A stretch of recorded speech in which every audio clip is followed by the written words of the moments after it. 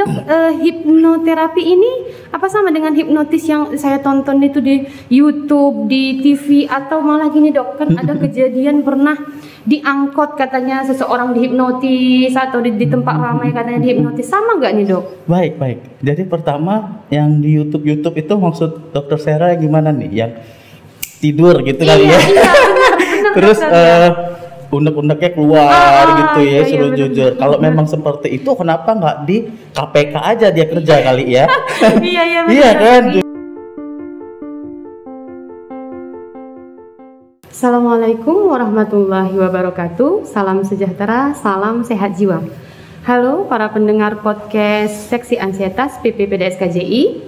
Pada episode kali ini saya sudah kedatangan seorang tamu, Dr. Bayu Aryatama, Magister Kedokteran, Spesialis Kedokteran Jiwa, yang akan membicarakan nanti tentang hipnoterapi pada gangguan kecemasan. Apakah bermanfaat? Jadi dok, sebelumnya nih dok, sehat dokter hari ini? Alhamdulillah sehat. Dokter Sela apa kabar? Sehat juga, alhamdulillah baik dokter. Dokter sebelumnya terima kasih ya dok. Terima kasih, saya juga terima kasih sudah diundang ke podcast ini ya. Iya benar dok, jadi meluangkan waktu ke sini sebentar untuk berbagi sedikit informasi nih dok. Jadi ini langsung aja ya dokter, boleh ya dokter ya? Baik. Jadi ini kita cerita tentang hipnoterapi nih dok. Baik. Hipnoterapi itu kan kayaknya baru nih saya dengar nih, hipnoterapi itu sebenarnya apa sih itu dok? Hipnoterapi ya, jadi hipnoterapi itu sama dengan misalnya aromaterapi, berarti terapi yang memakai aroma ya kan? Jadi dok, hipnoterapi, terapi yang menggunakan alam bawah sadar, di mana jika seseorang itu dalam keadaan santai, rileks, itu udah masuk ke dalam hipnosis. Ya. Jadi hipno itu sendiri diambil dari bahasa Yunani, yaitu dewa hipnos, dewa tidur. Tapi tidak masuk sampai ke tidur, tapi hanya ke gelombang alfa sampai theta gitu. Pada gelombang itu jadi serotonin sama endorfin itu meningkat. Itulah yang membuat kita jadi santai, rileks seperti itu. Jadi klien atau seseorang itu jadi lebih fokus untuk menerima afirmasi positif, sugesti positif gitu. Guna terapi di situ untuk membimbing seseorang atau kliennya untuk mencapai keadaan tersebut, dokter Sela. Gitu ya dokter ya. Jadi dok, hipnoterapi ini apa sama dengan hipnotis yang saya tonton itu di YouTube, di TV, atau malah gini dok, kan ada kejadian pernah di angkot katanya seseorang dihipnotis, atau di tempat ramai katanya dihipnotis, sama nggak nih dok? Baik. Jadi pertama yang di YouTube itu maksud dokter Sera yang gimana nih? Yang tidur gitu kali ya? Iya, benar. Terus unek-uneknya keluar gitu ya, suruh jujur. Kalau memang seperti itu, kenapa nggak di KPK aja dia kerja kali ya? Iya kan, jujur. Jadi sebenarnya nggak seperti itu. Jadi hipnoterapi ini bisa jalan kalau persetujuan dari kedua belah pihak, dari terapis dan dari kliennya tersebut, ya kan? Apalagi jadi kita tidur tapi tidak dalam keadaan tidur. Ngerti ya maksud saya? Iya, nah, jadi apapun yang dia rasa tidak mau dikeluarkan, tidak mau menerima sugesti itu, memang tidak bisa diterima juga itu dokter Sela. Gitu. Iya, jadi yang sampai tidur terus ngomong-ngomong, kenapa nggak kerja di KPK ya kan? Nah, terus lagi tadi dokter Sela tanya yang di angkot ya? Iya benar dok. Mungkin biar orang tahu ya, angkot itu angkutan transportasi umum ya. Kalau di Medan itu panggilannya angkot kali ya. Benar-benar. Oke. Nah, betul. Jadi sering orang supaya gampang itu ada namanya Occam-Razor Principle. Iya, Dok. Dokter Sela. Iya. Di mana pernyataan yang paling gampang itu yang sering diterima. Jadi misalnya nih, si istri di angkot tadi dia ada ketemu perhiasan, dibilang orang, terus dia bayar, ternyata bukan emas ya kan? Iya, benar-benar. Suaminya tentu marah. Jadi sebelum suaminya marah, dia bilang kalau dia dihipnotis supaya gampang. Padahal dari satu kejadian A sampai kejadian B, di tengah-tengah itu kan banyak tuh variabel yang banyak bermacam-macam ya. Cuma gampangnya dia cuma bilang saya dihipnotis. Padahal dia sebenarnya apa coba kalau dokter Sela rasa? Mungkin lebih ke penipuan. Betul. Nah, ketipu ya, sebenarnya dia ketipu. Iya benar dok. Kenapa orang bisa ketipu dengan seperti itu ya?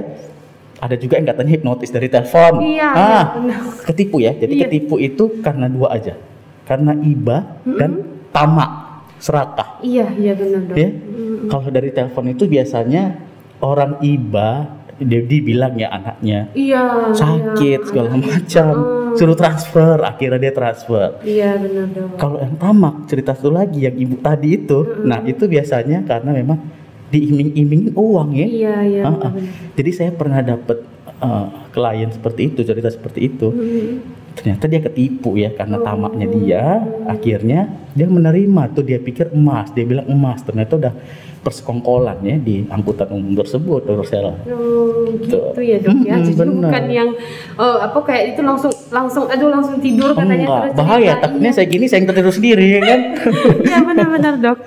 Jadi nih dok, satu lagi nih dok, masih berhubungan nih dok. Katanya nih ada orang yang lebih mudah dihipnotis, kemudian ada yang lebih sulit katanya dihipnotis, ini benar nggak dok? Oke, jadi bukan lebih mudah dan lebih sulit, tetapi terapis mau menterapi atau tidak, dan si klien mau untuk diterapi atau tidak, seperti itu. Jadi contohnya gini, saya kasih contoh lagi nih biar gampang ya kan. Iya benar dok. Si istri pengen suaminya, dok hipnotis dong, hipnoterapi dong suami saya supaya nggak mau kawin lagi. Nah, iya kan?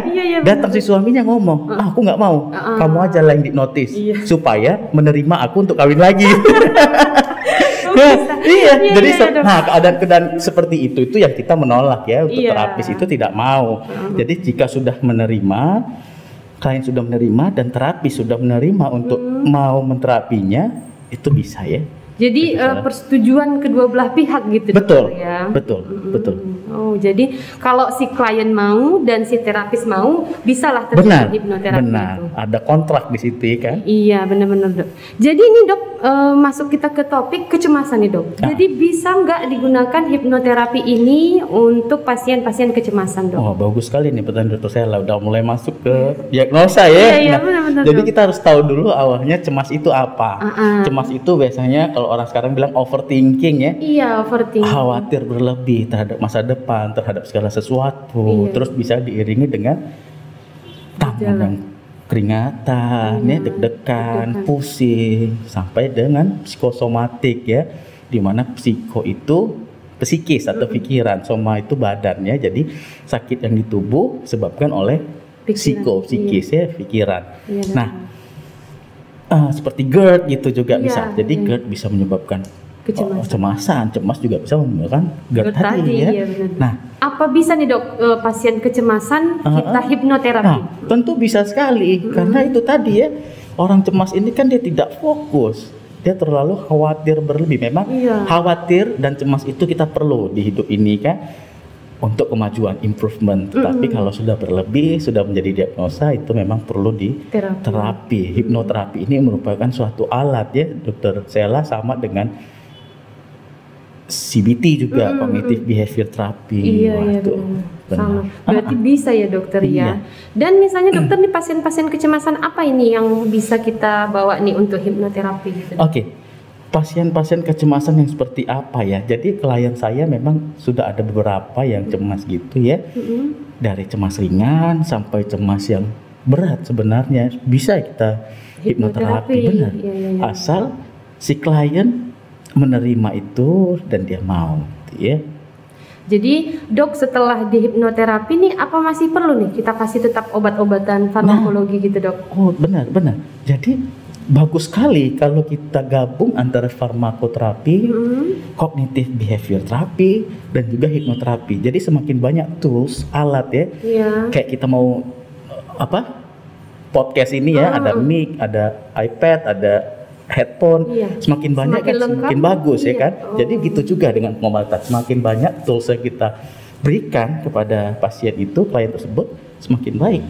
Tapi memang ya Dr. Sela ada beberapa kondisi yang tidak boleh di hipnoterapi. Contohnya nih dok, gimana dok?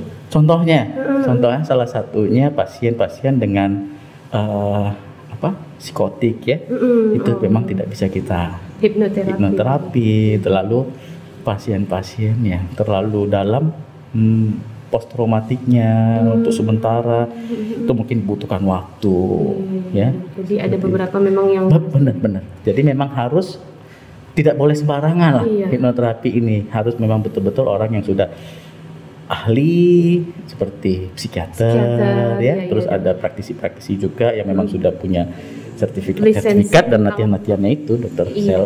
iya benar dok. Jadi ini berapa lama dok biasanya pasien-pasien kecemasan yang dokter tangani itu untuk hipnoterapi nih dok? Oke. Ini klien saya ada yang sudah 5 kali ya, dan dia rasa udah hilang. Cuman disarankan memang itu 8 sampai 10 kali sesi. Itu tiap minggu sekali dokter Sela. Seminggu sekali dok. Benar. Ya? Itu agar maksudnya tidak gampang dia mengalami keluhannya itu tersebut. Kecemasan lagi gitu kenapa? ya? Karena kebiasaan-kebiasaannya, kebiasaan berpikir, pola pikirnya itu sudah berubah menjadi lebih baik, lebih positif gitu. Ya baik dok, jadi ini dokter kan kita udah cerita nih manfaatnya gitu. Ada nggak dokter efek samping atau risiko gitu dari hipnoterapi ini dok? Efek sampingnya ya, kalau efek sampingnya kita jadi lebih tenang, santai, rileks, kita lebih gampang menerima keadaan ya, kita lebih produktif. Nah, itu efek samping atau apa tuh? Itu lebih ke manfaat. Itu lebih ke manfaat ya, oke. Jadi bisa dikatakan ini nggak berbahaya lah dokter ya. Tidak berbahaya, benar. Tetapi seperti yang saya bilang sebelumnya tadi, dokter saya memang tentu harus kita lihat dulu pasiennya seperti apa. Kalau memang tidak bisa, kita tidak mau melakukannya. Jadi kalau kita katakan nih sejauh ini dokter sudah melakukan, berarti hipnoterapi ini cukup ampuh lah dok ya. Ampuh ya. Bahkan saya sendiri sering melakukan self hypnosis juga untuk saya. Oh bisa dok? Oh bisa, benar. Yang tadi ya, tapi tidur gitu. Jadi dok, ini kan kita mendengar kata hipnotis gitu. Jadi kan pada beberapa pasien gitu, beberapa orang kan, aduh saya takut gitu. Malah sebelum di hipnoterapi dia merasa cemas. Ya, setuju. Jadi gimana dok mengatasi kecemasan sebelum di hipnoterapi? Benar. Jadi di sesi hipnoterapi itu nggak langsung kita masuk ke hipnonya ya, kita breakdown dulu. Kita breakdown dulu pikiran-pikiran negatif yang dia takut tadi, seperti tadi ya, yang YouTube tadi ya juga ya, takut terkuak, nanti dokternya aneh-aneh, terus nanti takut aibnya katanya terungkap, betul, takut ditipu segala macam. Nah itu kita breakdown dulu sampai dia mempunyai kepercayaan tentang hipnoterapi ini, bahwasannya ini memang untuk terapi, untuk menyembuhkan dia. Ya. Setelah itu baru masuk ke fase-fase seperti kita ke deepening, ya, induksi, seperti itu. Ada tahap-tahap. Benar, ada tahap-tahap. Jadi nggak serta-merta langsung. Benar. Jadi yang di YouTube tadi memang ada beberapa yang stage hypnosis yang benar ya. Itu ada juga memang stage hypnosis namanya. Bahkan hipnoterapi ini sekarang udah dipakai kalau di luar negeri hypnobreathing. Iya benar-benar hypnobreathing pernah dengar ya. Hypnobreathing untuk melahirkan ya, untuk gigi juga. Jadi terlalu banyak, hipnoterapi ini bisa dipakai kemana aja. Iya dok. Seperti itu. Jadi salah satunya untuk terapi di bidang psikiatri ini dok ya. Nanti selesai ini boleh dokter saya kita coba. Boleh. Saya penasaran nih dok. Boleh. Jadi nih dok, sebelum nih kita tutup dokter, ada nggak yang mau disampaikan pada pendengar podcast kita? Jadi stop judgment, stop stigma, let's healing, apapun itu ya. Jadi jangan takut juga dengan hipnoterapi, bahwa hipnoterapi itu merupakan sesuatu yang terapi yang bagus juga, sama seperti terapi yang lainnya. Tidak di dalam terapi itu kita terkuak, kita segala macam, karena di terapi itu kalau diri kita tidak mengizinkan untuk kejadian tersebut, maka tidak akan terjadi. Gitu. Stop stigma ya. Iya, baik dokter. Terima kasih dokter, ini jadi saya tertarik nih dok. Jadi kalau saya mau di hipnoterapi ini saya kemana dok? Jumpai dokter. Jadi kalau saya sebenarnya kalau praktek saya di Rumah Sakit Umum Daerah Jasamen Saragi Siantar, Kota Siantar. Tapi by appointment saya bisa di Klinik Utama Bina Atma. Oh gitu dok. Iya. Jadi saya nggak harus ke Siantar nih dok. Benar. Di Instagram saya ini sekalian promosi Instagram, boleh ya. Biar saya follow di Instagram saya di Dr.Bayu-Aryatama, di situ di link bio juga ada ya saya ininya. Nanti kita alamat saya, nomor telepon juga di aplikasi kedokteran itu juga ada saya di situ. Baik dokter. Jadi dokter Bayu terima kasih banyak nih hari ini kita belajar nih tentang hipnoterapi untuk kecemasan nih, hal baru nih dok. Saya tertarik, nanti saya nggak usah ke Siantar, saya langsung ke klinik Atma nanti. Ya terima kasih dokter sekali lagi sudah mau bergabung di podcast kami. Ya, sukses terus podcastnya. Ya amin, semoga podcastnya juga tetap terus berjalan. Kita akhiri podcast kita pada hari ini. Kita berjumpa lagi pada episode podcast lainnya. Saya tutup dengan wabillahi taufiq wal hidayah. Assalamualaikum warahmatullahi wabarakatuh.